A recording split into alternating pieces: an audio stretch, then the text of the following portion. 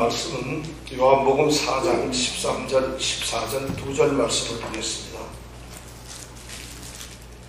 다같이 한 목소리로 오늘 말씀을 읽도록 하겠습니다. 예수께서 대답하여 가라사대 이 물을 먹는 자마다 다시 목마르려니와 내가 주는 물을 먹는 자는 영원히 목마르지 아니하리니 나의 주는 물은 그 속에서 영생하도록 솟아나는 샘물이 되리라. 아멘. 우리는 지금 우물가에서 만난 사마리아 여인의 이야기를 4주째 지금 말씀을 나누고 있습니다. 이 4주째 말씀 가운데서 지난주까지는 이 만남 자체에 대한 여러 가지 의미를 우리가 생각을 했습니다. 사마리아 여인을 만나는 예수님은 어떤 분이신가? 그리고 그 예수님은 사마리아 여인을 어떤 환경 속에서 만나시는가 하는 것을 생각했습니다.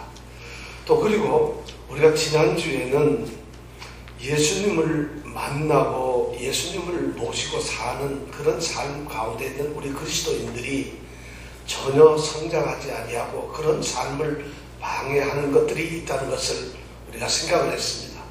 소위 영적 발달장애 증후군이라고 하는 그런 것들이 있다는 것을 우리가 생각을 했습니다.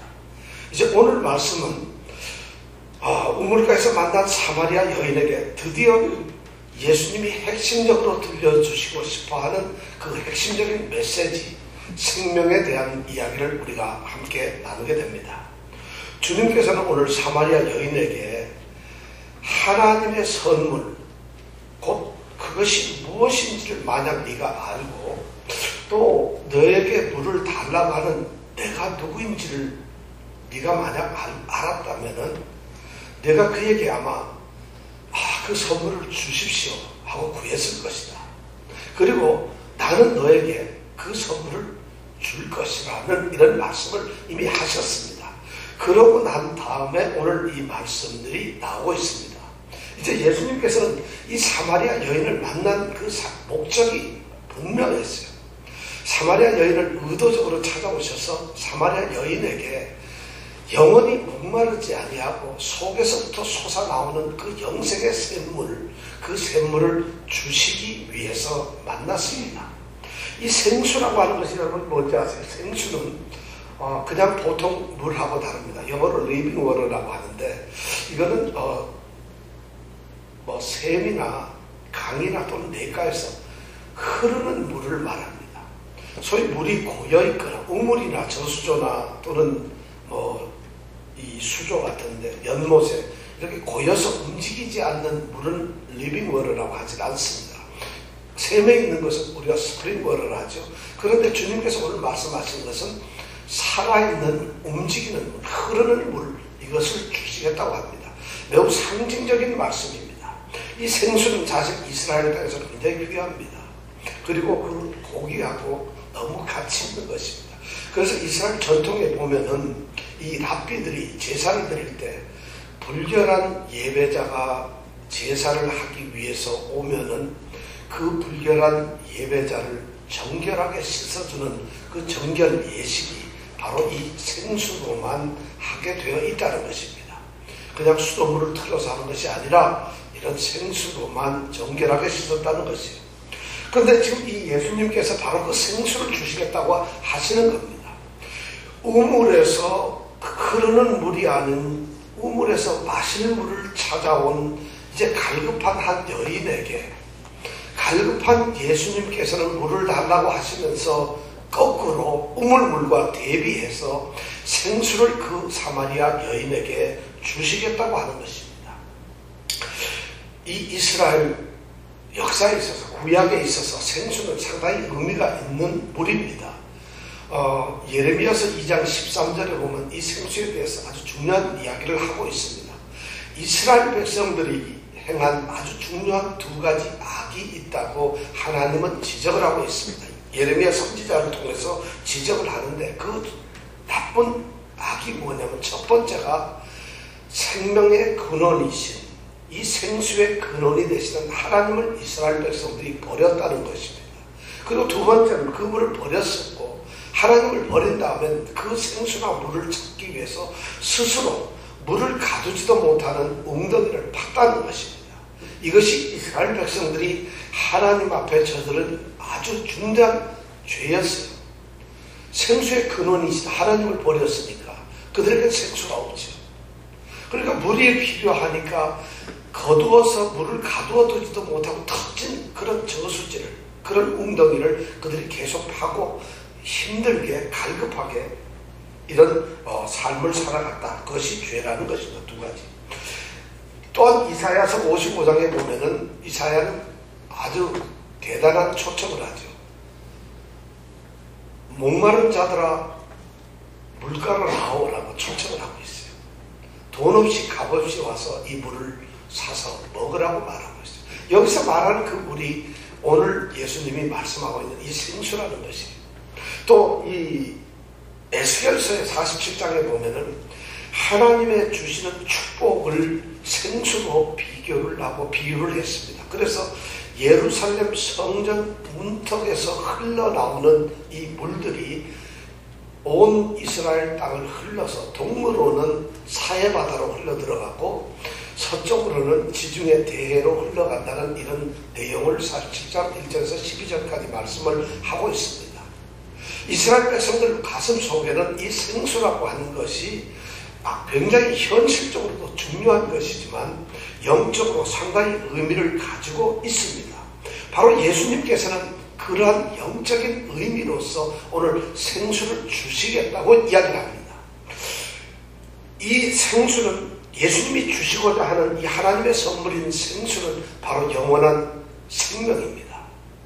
예수님께서 성령을 통해서 주시는 영원한 생명이고 이 생수의 가장 근원이 되는 것, 유일한 근원이 되는 것은 바로 예수님 자신입니다. 그래서 예수님 자신이 생수의 근원이 되시고 그리고 성령을 통해서 주시는 영원한 생명, 이것을 지금 사마리아의 여인에게 주겠다는 말씀입니다. 사마리아 여인은 참 고통스러운 삶을 살고 있는 사람이지요. 어쩌면 모든 인생을 나타내는 그런 대표적인 모습의 사람일지 모릅니다. 그런 세상의 사람들에게 우리 주님께서는 자신이 생수의 근원으로서 자신이 오셔서 생명을 주시겠다. 예수의 생명을 주시겠다고 말씀을 하고 있습니다. 그런데 바로 이 생수를 마시면 이제 우물물을 마시던 사람들은 목이 마르지만 예수님이 주시는 생명의 이 물을 마시는 사람들은 결코 목이 마르지 않다는 것입니다. 그뿐만 아니라 그 물 자체를 예수님으로부터 받게 되면은 그 생수를 구해서 가지게 된 사람들은 그 안에서 자체적으로 그 생수가 솟아나고 용수가 돼서 솟아나는 그런 물이 된다고 이렇게 말씀을 하고 있습니다. 그러니까 이 생수는 예수를 믿지 않는 세상의 모든 사람들에게 절대적으로 필요한 복음입니다. 그러나 그 복음은 그들에게만 필요한 것이 아니라 예수를 믿고 이미 예수를 알고 있는 우리 그리스도인들에게도 이 생수가 필요하다는 것입니다. 그래서 그리스도인들은 어떤 사람들이냐, 예수를 믿지 않는 사람은 생수를 필요로 하는 사람이지만 우리 그리스도인들은 이미 속에서 솟아나오는 영생하는 샘물을 받은 사람들이라는 것이에요. 여러분들과 저는 그 생수를 가지고 있어요. 그러니까 우리 그리스도인들은 생수가 충만해야 합니다. 그리스도인으로서 살아가는 삶은 기뻐야만 합니다. 그리고 그리스도인으로서 살아가는 이 모든 모습들이 세상과는 달라야 합니다. 우리는 활기가 있어야 되고 기뻐야 되고 능력이 있어야 되고 굉장히 담대해야 되고 용기가 있어야 되고 그리고 모든 것이 형통해야 되고 그리고 모든 것이 축복이 있어야 되고 행복해야 한다는 것이에요. 요한복음의 주제가 바로 이 충만이라고 하는 것이에요. 그리스도의 사랑, 이 그리스도가 주시는 생명의 충만함, 주님의 충만함을 가지게 하는 것, 그 충만을 주기 위해서 요한복음은 쓰여져 있습니다. 요한복음의 요절이 어디냐면 요한복음 10장 10절이 됩니다. 그 10장 10절 후반부에 보면 주님은 이렇게 말합니다. 내가 온 것은 양으로 생명을 얻게 하고 더 풍성히 얻게 하려는 것이다. 이렇게 말하고 있습니다.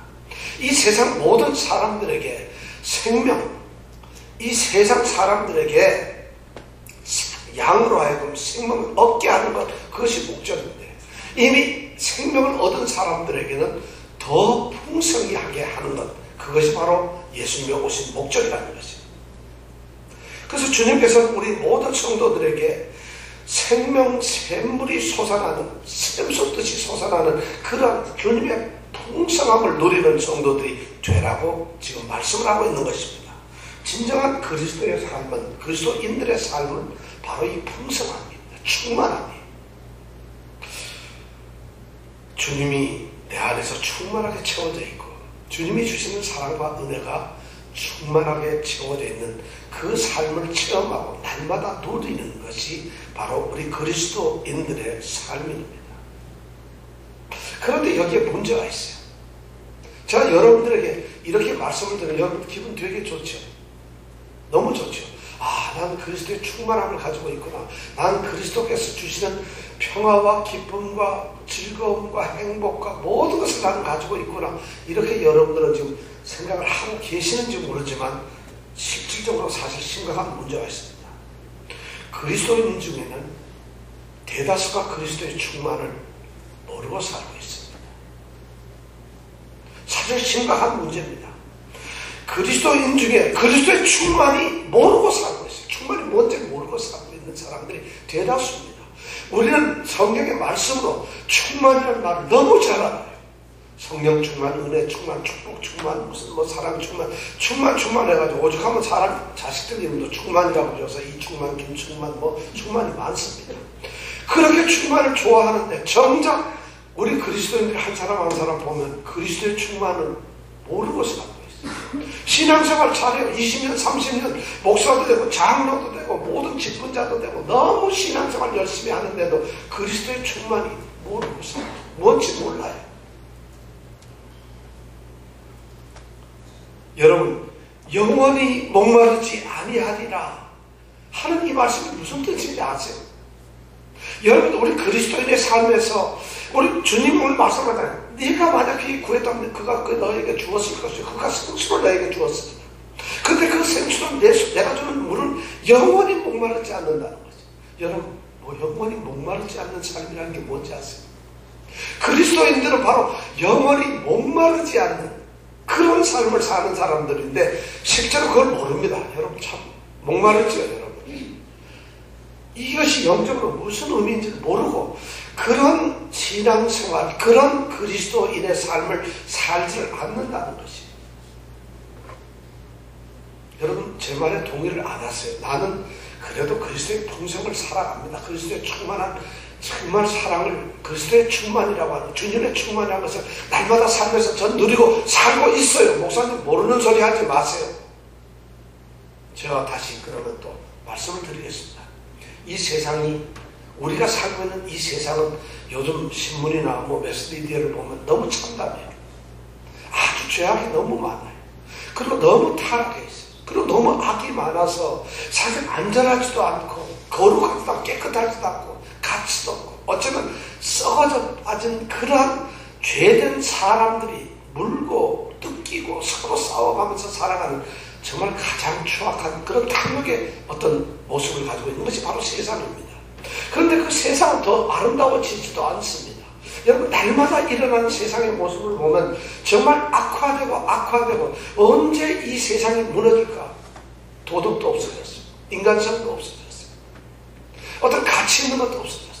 그냥 내가 좋으면 모든 것이 좋은 걸로 정말 동물들, 짐승들이 살아가는 모습과 같은 그런 세상의 모습이 오늘날의 모습입니다. 그런데 우리 그리스도인들은 교회에서 기도하고 찬양하고 예배하는 우리 그리스도인들은 이런 세상을 보면서 무슨 말을 하는지 아세요? 이러한 세상을 해결해야 될 유일한 해결책이 바로 뭐냐? 복음이라는 것이. 그거 동의하시죠, 여러분? 세상을 깨끗하게 하고 거듭나게 하고 세상을 변화시킬 수 있는 가장 위대한 힘은 뭐냐? 복음이라고 생각합니다. 오히려 복음 외에는 세상을 바로잡을 수가 없어요. 도덕 교육이나 인간성을 회복시키는 어떤 무슨 가치나 사상이나 이념이나 그런 모든 돈이 권력이 그렇게 만드는 것이 아니라 우리는 적어도 그리스도인들은 복음만이 이 세상을 바로잡을 수 있다고 생각을 하고 있어요. 우리는 또 그렇게 믿고 있어요. 그런데 여러분들 제가 묻습니다. 그런데 이 세상은 복음에 대해서 관심이 없어요. 복음을 거들떠보지도 않습니다. 사실. 오히려 복음을 무시하고 복음에 대적을 합니다. 왜 그럴까요? 왜 그럴까요, 여러분? 복음이 시시해서입니까? 복음이 나빠서인가요? 복음이 무가치해서입니까? 복음이 아무 능력 없는 무능한 그런 것들이기 때문에 복음을 그렇게 사람들이 생각하는 걸까요? 아닙니다. 놀라웠게도 그리스도인들 때문입니다. 제가 이런 말을 드리면 이 시간 여러분들 자다가 깨어 일어나서 정말 깨어있는 영성으로 여러분들 자신을 돌아봐야 됩니다. 여러분, 그리스도인들은 예배당에 앉아서 그냥 이렇게 있는 사람들이 아니에요. 그리스도인들은 예수 믿는 표식이나 성경책 들고 다니는 이런 모습을 갖는 것이 아니라는 것이. 바로 세상의 유일한 해결책이 복음인데도 그 복음이 무시당하고 있고 외면당하고 있는 이유가 뭐냐면 복음이 무능해서가 아니라 그 복음을 가지고 있다고 떠들고 있는, 복음을 자랑하는, 복음을 선포하면서 복음을 받았다고 그렇게 떠들어대고 있는 바로 그 그리스도인들 때문이라는 것이. 세상 사람들이 보고 있는 그리스도인들의 모습이 바로 그렇게 만들어주고 있다는 것이죠. 세상 사람들은 이제 더 이상 그리스도인들에게 어떤 소망을 두지 않습니다. 여러분, 예수 안 믿는 사람이 하고 같이 얘기하다가 저는 예수 믿는데 하면 그 사람이 예수 믿으세요? 아이고, 예수 믿는 게 안수 집사님이거든요. 그러면서 갑자기 소망을 가지고 얼굴이 밝아지면서 정말 제게 빛을 비춰주시고 길을 이끌어주실 분, 이렇게 말하는 그런 거 한번 보신 적 있어요? 들으신 적 있어요? 천만의 말이에요. 없습니다. 그렇다면 세상이 이렇게 암담한데 복음이 절대 해결책이 아니라는 그 이유가 바로 이 그리스도, 우리 자신들 때문이에요. 세상 사람들은 있잖아요. 이 사람이 교회 목사이든지 장로이든지 권사이든지 안수 집사님이든지 그런 것이 관계가 없어요. 우리 앞에서 전혀 자기들하고 다른 것을 찾지를 못합니다. 아무것도 찾지 못하고 있어요. 자기네들하고 다른 것이 하나도 없다고 생각을 해가요. 세상 사람들이나 예수를 믿는 그리스도인들하고 본질적으로 차이나는 것이 하나도 없어요. 오히려 차이나는 게 하나 있다면 이 사람들은 입으로 떠들어대는 그들이 스스로 말하고 자랑하는 믿음이라는 거, 그거 하나 더 있다는 것밖에 없어요. 그 믿음이 도대체 세상 사람들에게는 어떻게 보여질까요? 전혀 그들에게 실감나지도 않고 그들이 사모하고 흠모하는 그런 믿음도 아니고 그들이 또한 우리 그리스도인들을 향해서 뭔가 좀 그 믿음을 나도 한번 가지고 싶다, 이런 호기심이나 어떤 갈망도 없어요. 우리가 지금 그런 위치에 와 있다는 것이에요. 왜 그런가요? 우리 그리스도인들이 영적 발달장애 증후군이라고 하는 이 심각한 증상에 빠져 있어집니다. 자라나지 않고 있어요. 변화되지 않고 있어요. 그리스도인들이 바로 오늘 주님이 말씀하시는 생수를 구하라고 하는 이 말씀에 우리가 가까이 가지 않고 있어요. 생수를 구하지 않아요. 하는 것은, 가장 필요로 하는 것은 바로 이 생수입니다. 우리 자신 속에서 솟아나는 끊임없이 우리를 영생하고 생명이 있도록 우리를 변화시켜 우리 가운데 솟아나는 바로 이 생수가 가장 필요한 것이다. 오늘 교회가, 오늘 이 세상이, 그리스도인들이 바로 이 생수를 통해서, 그리스도가 주시는 이 생수를 통해서 그리스도인들이 부흥되어야 합니다. 여러분, 부흥이란 사람들은 하는 게 아니에요. 내 자신이 리바이벌 되는 것이에요. 다시 살아나야 돼. 다시 생기를 찾는 것이에요. 내가 회복되는 것이에요. 바로 이것이 오늘날 기독교에서 어쩌면 이 사마리아 여인을 만나는 예수님의 눈에 비치는 오늘날 교회의 모습은 바로 이것을 원하고 있어요. 주님은 생수를 구하라고 했어요. 여러분, 생수를 가지고 있으세요? 여러분, 그리스도의 충만을 누리고 있습니까? 다시 묻습니다. 그리스도의 충만이 뭔지 아세요? 그리스도의 충만을 여러분 누리고 있어요? 영원히 목마르지 않는다는 이 말씀이 여러분 뭔지 신앙생활하면서 가슴속으로 가지고 있느냐고요. 오히려 목이 더 말라요. 주일은 왜 그래 빨리 자주 오는지, 수요 예배도 가야 되고 예배가 부담되는 분들 많죠. 형식적이고 생명력이 없는 그런 신앙들, 그런 믿음들이 우리 그리스도인들에게 이미 있어요. 그것이 우리를 사로잡고 있어요. 형식적이고 생명이 없는 믿음조차라도 되면 되겠는데 그냥 죽어있는 거예요. 깨어있질 않아요, 영적으로. 그것이 지난번 얘기했던, 제가 말씀드렸던 영적 발달장애 증후군이죠. 영적으로 발달하지 않는 이유가 뭔지 아세요? 세상에 가졌던 편견이 그대로 믿음에서 들어와가지고 자기 방식대로 신앙을 가지고 있어요. 자기 생각대로, 자기 고집대로 내가 옳다고 하는 그런 신앙을 가지고 있어요. 주님도 깜짝 놀라요. 이게 아닌데 주님까지도 우리가 설득을 해서 자기 신앙을 가지려고 하는 거죠. 지금 교회들이 그러기 때문에 투쟁되고 싸우고 분쟁하는 것이 자기 신앙, 자기 고집, 자기 편견 때문에 그렇습니다. 그뿐만이 아니잖아요. 제가 지난번에 말씀드렸던 그 영적 증후군이 뭐예요? 영적인 둔함이에요. 영적인 무지함이에요. 그래서 영적 의식이 전혀 없어요. 우리는 영으로서 거듭난 성령의 사람이라고 성경은 우리에게 그렇게 강조를 하고 있는데, 우리 그리스도인들은 다른 사람을 아닌 그리스도의 영이 우리 속에 있는 사람, 영의 성령의 사람이라고 그렇게 말하는데 우리 영적으로 아무것도 없어요. 영적으로 죽어있어요. 그럼 뭐예요 도대체? 이것이 영적 증후군이에요. 또 하나 있죠. 뭐예요? 우리는 그리스도 예수를 믿는 것은 세상적인 욕구만을 바라는 것으로 믿어요. 축복받아야지, 사람 사귀어야지, 예수를 믿는 것이, 예수를 믿는 그 영원한 생수가 아닌 소위 세속적인 요구 때문에, 세속적인 필요 때문에 예수를 믿고 있어요. 체면 때문에 예수를 믿는 사람들도 있어요. 교회 나오는 사람이 있어요. 저도 가끔가다 주일 아침에 그래요. 내가 목사가 아니면 1년에 한 2번 정도 교회 안 빠질까? 이런 생각이에요. 목사니까 한 솔직히 빠질 수가 없죠. 제가 장로 때는 1년에 한 2번 정도 빠졌어요. 왜냐면 어디 회사 출장도 가고 이런데, 목사는 출장도 못 가요. 할 일이 없잖아요. 주일날 하나님을 만나는 출장 외에는 아무것도 할 게 없잖아요. 그런데 이게 어쩌면 체면 때문에, 의무감 때문에, 어쩌면 그런 강박관념 때문에, 직업의식 때문에 제가 이러는 거 아닌가. 생수가 없는, 진짜 형식적이고 생명력 없는 그런 제가 목회자의 모습이 아닌가. 제가 주일날 아침에 꼭 물어보는 제 질문이 바로 그거예요. 너는 어떠냐? 여러분들은 어떠세요? 스스로 물어보세요. 주일날이 기다려지세요? 예배가 기뻐 죽겠어요? 하나님 예배합니다. 예배는 다음 주서부터 우리가 예배에 대해서 이 말씀을 나누는데, 예배는 동사예요. 예배하는 것이에요. 예배는 물건처럼 뭘 드리는 것이 아니에요. 예배하는 것이죠. 무조건 절하는 것이 하나님께. 그래서 우리가 주일날 그런 마음이 있느냐는 것이죠. 바로 이 생수의 공급이 없기 때문에, 생수의 삶을 살지 않기 때문에. 그러니까 예수님께서 이 사마리아 여인을 향해서 생수를 구하라고 하시는데, 똑같이 그 말씀을, 그러한 표정을 가지시고 우리를 보시면서 너희들도 생수를 구하라고 말씀을 하고 있어요. 그럼 어떻게 해야 돼요?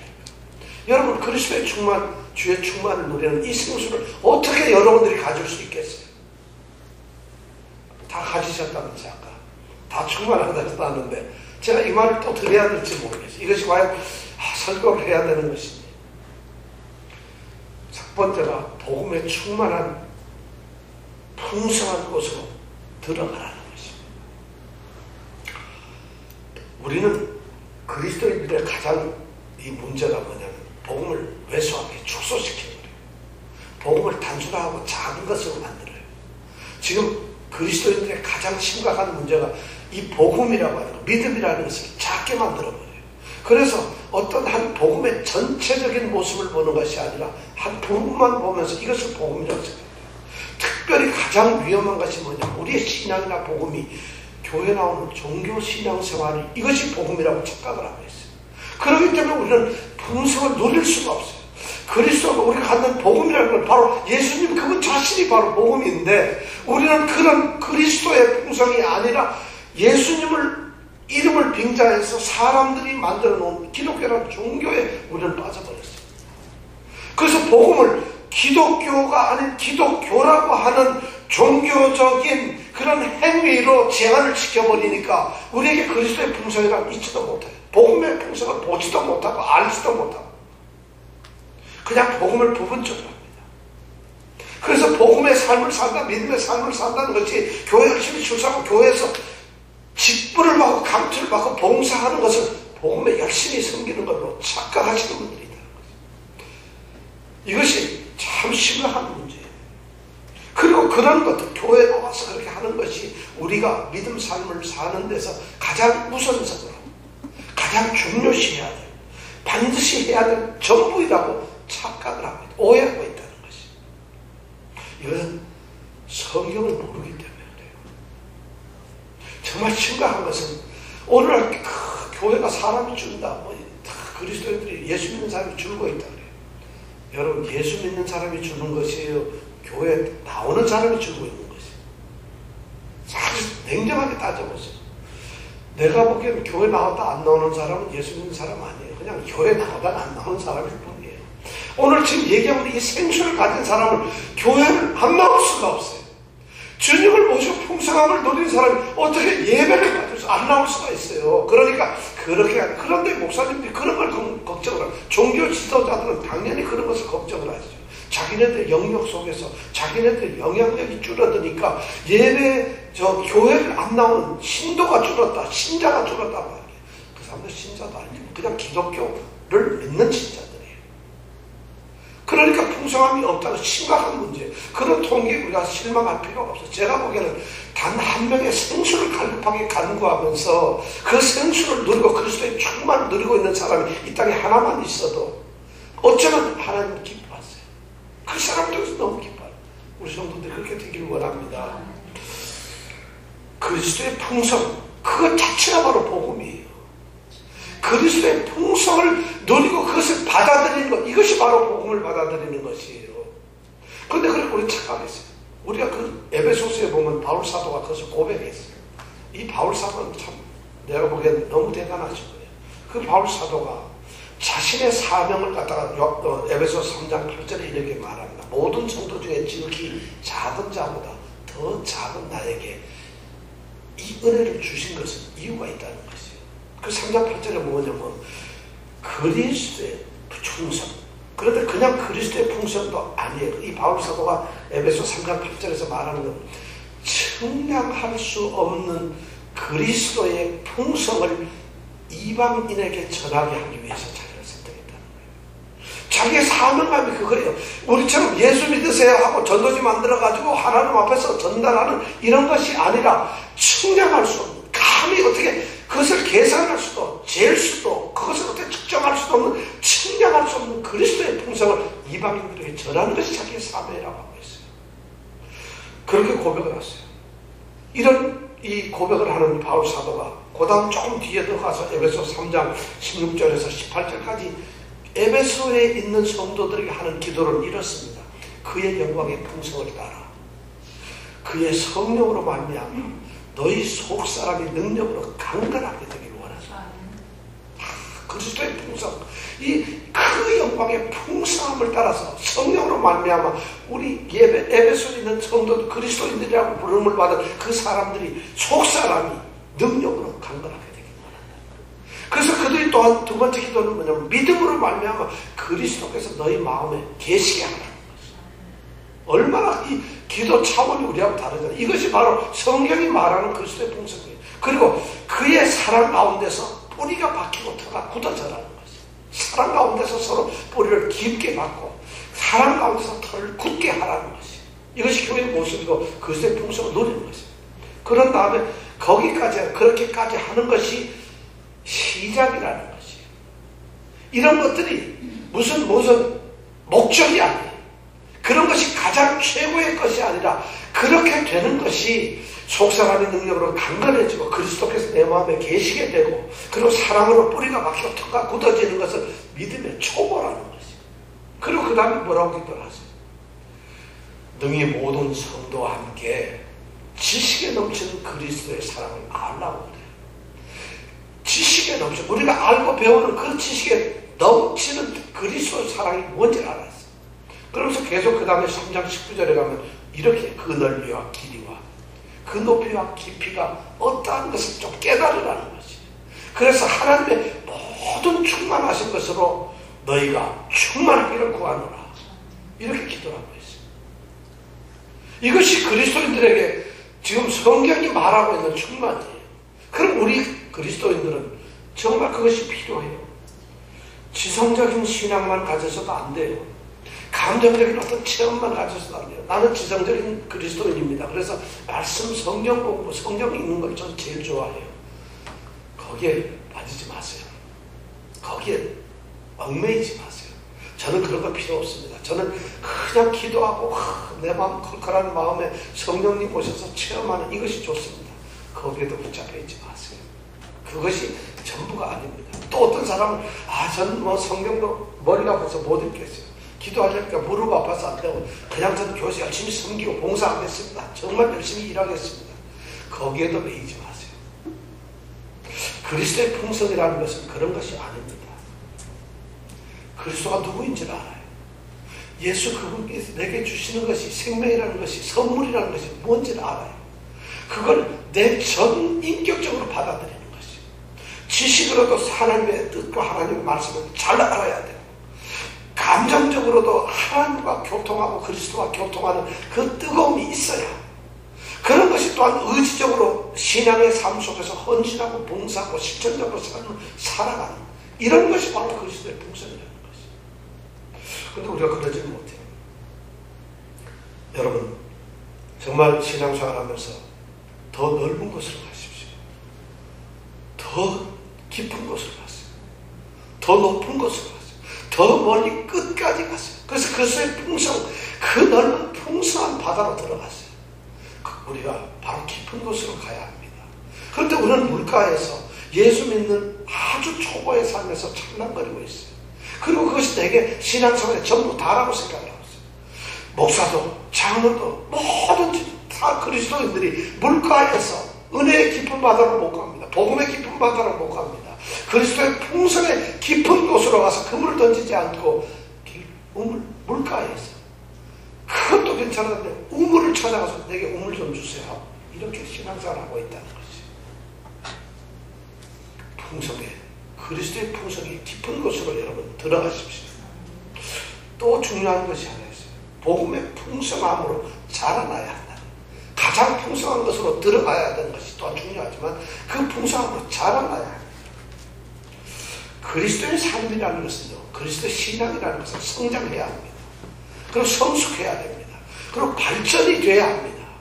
그런데 어제나 오늘이나 영원토록 동일하신 건 주님이신데 우리의 신앙이 어제나 오늘이나 영원토록 같아서는 안 된다는 것이에요. 그리스도의 신앙은 자라야 돼요. 우리가 그리스도인이 될 때는 어린아이 같은 신앙을 가질 수밖에 없잖아요. 그런데 어린아이의 그 모습 그대로 만약 우리 신앙 모습이 있다면 심각해요. 실제로 그리스도인 중에는 그런 사람들이 너무 많아요.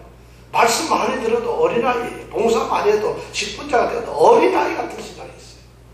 어린아이니까 생각이 없어요. 남을 배려 못하고 그냥 자기 보십시오. 싸우지 않아요. 어른 되면 참을 거 참고 절제할 거 절제하죠. 어린아이니까 교회 안에서 문제가 생기죠. 어린아이 수준에 머무르지 마십시오. 여러분. 초보 수준의 안주에서 이 정도면 됐다 하지 마십시오. 이미 나는 다 받았어요. 이미 나는 다 가졌어요. 그리고 나는 이미 다 자랄 만큼 자랐어요. 오해하지 마세요. 우리 신앙은 그렇지 않습니다. 더 자라야 합니다.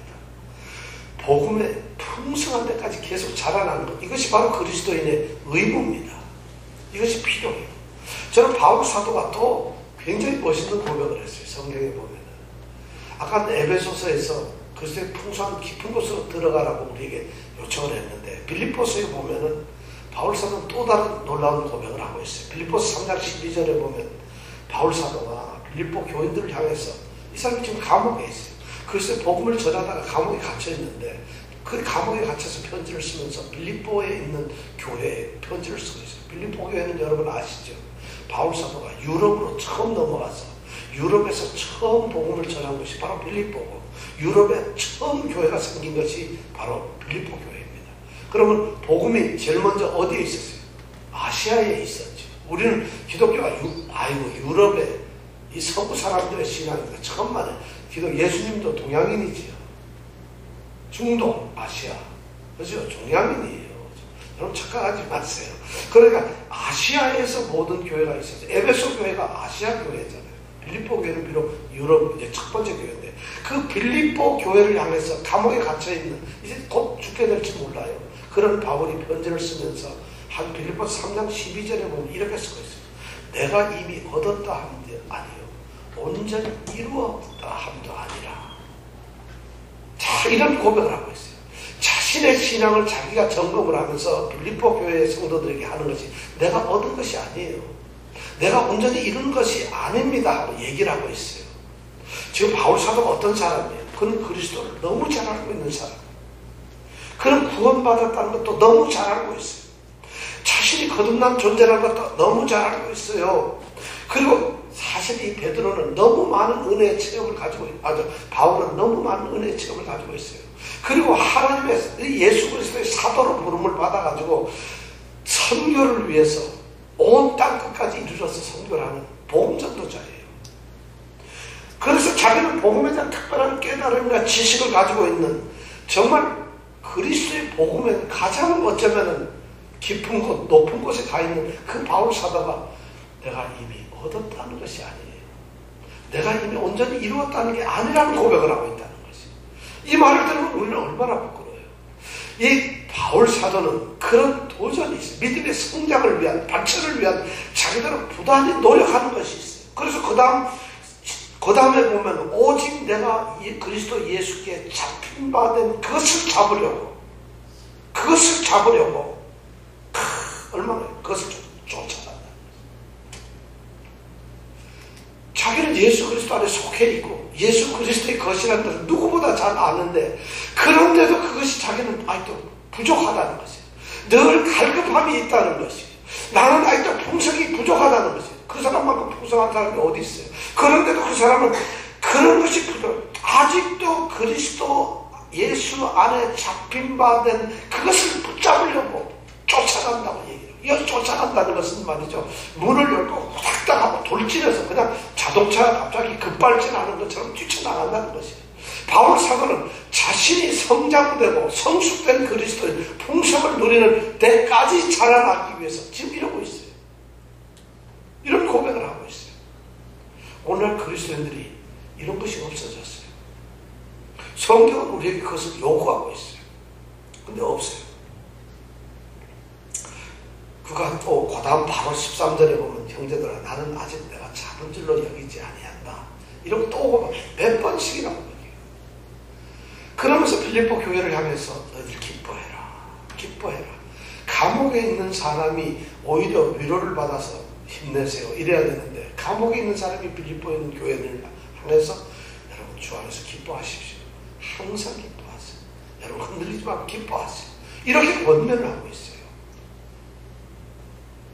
바울 사도는 그리스도의 풍성을 위해서 항상 자라나고 있는 사람이에요. 바로 오늘 우리에게 필요한 것이 그겁니다. 여러분 어린아이 믿음의 수준에서 머무르지 마십시오. 내가 처음 회심하고 예수를 믿었다는 그 순간 그 감격에 묶여가지고 거기에 안주하지 말라는 것이에요. 믿음에 내가 첫걸음을 내가 예수 믿어야지 했던 그 처음 마음 이제 3개월 되고 5개월 되고 6개월 되고 1년이 됐다면 거기에 가만히 머물러 있지 말라는 것이에요. 그리고는 내게는 믿음에 아무것도 일어나지 않아요. 나는 이것이 충분해요. 이런 생각을 갖지 말라는 것입니다. 여러분들에게 묻습니다. 여러분들 바울 사도처럼 앞으로 쫓아가고 있습니까? 여러분들이 정말 이렇게 그리스도의 풍성한 생수를 지금 가지고 있습니까? 생수를 여러분들 마시면서 여러분들 자신 속에서부터 우러나오는 예수의 생명이 있습니다. 우리 교회 이름이 예수 생명인데 여러분 예수 생명 있습니까?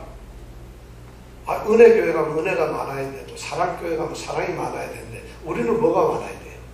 예수 생명, 여러분 예수 생명이 있습니까? 여러분들? 정말 아멘대로 되시기 원합니다. 정말 아멘대로 되세요. 여러분 앞으로 쫓아가세요. 어제보다 오늘이 지난주보다는 이번 주가 지난달보다는 이번 달이 작년 지난해보다는 이번 해가 여러분들 더 나아진 풍성한 삶이 있기를 원합니다. 그래서 풍성이 우리에게 있어야 됩니다. 생수를 주시는 우리 주님이 여러분들의 주인이 되게 하여 주십시오. 생수를 주시는 이 주님이 우리의 삶을 주장하고 주관하도록 해 주십시오. 생수를 주시는 주님이 우리의 삶을 인도하도록 맡기세요. 그것이 풍성을 누리는 것이에요. 우리는 너무 초라한 그리스도인 노릇을 하고 있어요. 우리는 천박한 그리스도인들이 되고 있어요. 우리는 정말 무기력하고 정말 망신살 뻗친 무시당하는 그리스도인들 노릇을 하고 있어요. 그리스도인들한테 무시를 당하는 것이 아니라 그리스도인들이 아닌 그리스도를 모르는 세상 사람들, 이방인들을 통해서 우리가 무시당하고 있어요. 왜 그럴까요? 우리가 예수를 믿지 않아서인가요? 그리스도의 풍성이 없기 때문에, 생수가 우리 가운데 없기 때문에 자기네들하고 다른 게 하나도 없어요. 우리가 느끼는 고통을 똑같이 느끼고 있어요. 여러분, 주보를 한번 볼까요? 주보에 보면 그 방문함에 제가 글을 써놓은 게 있습니다.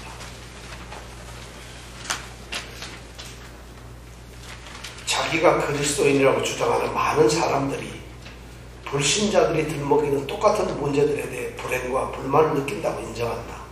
낮은 자존감, 애정결핍, 외로움, 성에 대한 갈등, 돈, 일, 그리고 삶에서의 지위는 종종 불신자들만큼이나 신자들의 경우에도 심각하다. 그리스도인과 비그리스도인 차이는 단지 표면적이거나 심지어 허구적인 것인가? 예수께서는 과장된 주장을 하셨는가? 이런 질문들은 사마리아 여인처럼 예수님의 말씀을 해석하는 데서 비롯된다. 그러나 예수님이 약속하신 것은 그것이 아니었다. 그분은 삶에서의 자유가 아니라 삶 속의 자유를 제안하셨다. 후에 예수께서는 제자들에게 모함이 전혀 없도록 말씀하셨다. 세상에서 너희가 환난을 당하나 담대하라. 내가 세상을 이겼노라. 신자들도 불신자들이 맞부딪히는 것과 같은 똑같은 어려움을 많이 경험할 것이다. 그러나 우리 삶 가운데 계신 예수님의 임재가 우리가 반응하는 방식에 중대한 차이를 만들어낼 것이다. 생수는 우리가 삶의 난제들에게서 도피하지 않고 그것들을 직면할 영적인 힘을 우리에게 준다. 이것을 기억하십시오. 우리가 바로 이러한 영적 생수를 가져야 됩니다. 영원한 이런 생수를 이제부터 누리는, 정말 그리스도의 풍성을 누리는 우리 예수님의 성도들이 되기를 축원합니다. 기도하겠습니다.